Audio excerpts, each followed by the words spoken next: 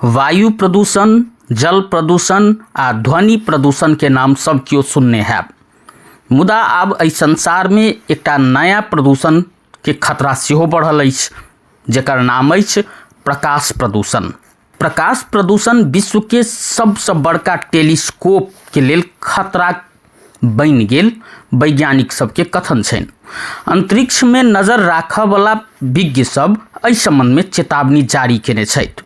ओ सब कहै छथि, हाइड्रोजन ऊर्जा आयोजना से निकलय वाला प्रकाश प्रदूषण के कारण यूरोपीय सदर्न ऑब्जर्वेटरी वेरी लार्ज टेलीस्कोप के लेल कठिनाई के सिर्जना केलक अछि।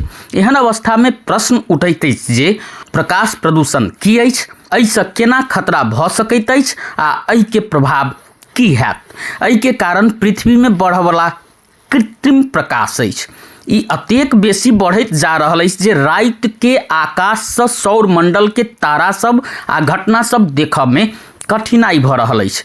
प्रकाश प्रदूषण बड़का टेलीस्कोप के दक्षता 30% से घटा रहल विज्ञ सब कहै छथि।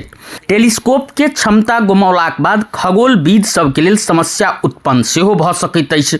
हुनका सबके सौर मंडल के घटना सब देखऽ आ बुझऽ कठिनाई भऽ रहल अछि, किया तऽ टेलीस्कोप सब अंतरिक्ष में देखाय वाला परिवर्तन आ ओहि सब के प्रभाव के भविष्यवाणी करऽ सहज बनबैत अछि। मुदा प्रकाश प्रदूषण के कारण कठिनाई के सामना करऽ पड़ि रहल अछि।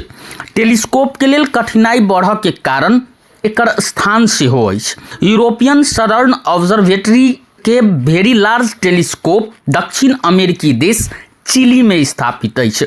टेलीस्कोप चिली के अटाका में मरुभूमि में अछि, जे आकाशीय घटना सब राति में सहजे देखऽ आ बुझल जा सकैत अछि।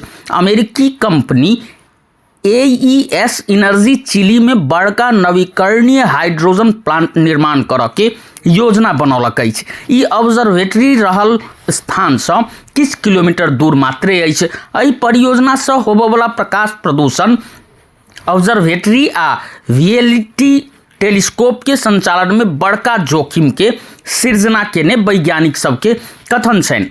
ई आयोजना 3021 हेक्टर में पसरल अछि आ एहिठाम एकटा औद्योगिक पार्क सेहो अछि, जाहि में 3 सौर फार्म, 3 पवन फार्म, बैटरी भंडारण प्रणाली आ हाइड्रोजन उत्पादन सुविधा सेहो रहत।